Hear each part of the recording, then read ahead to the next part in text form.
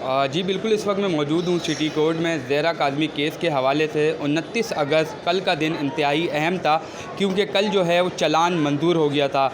तो मैं आपको बताता चलूँ, कल जो है चालान एमएलओ और अबूरी ज़मानत के हवाले से कल का दिन इंतहाई अहम था। मैं आपको बताता चलूँ, कल जो है चालान पे जो है वो दलाइल दिए गए। चालान के अंदर जो है एक दफ़ा जो है वो निकाल दी गई थी 375, जो कि ज़्यादती की दफ़ा है, उसको निकाल दिया गया था। मैं आपको बताता चलूँ, कल जो है 4:04 बजे तक जो है कल जो है दोनों फ़िरक़ैन की जानिब से जो है वो कल दलाइल दिए गए। कल जो है एमएलओ पे जो है वो बात की गई, और आज का दिन जो है वो मुकर्रर किया गया एमएलओ के हवाले से और मुल्ज़िमान की ज़मानत के हवाले से।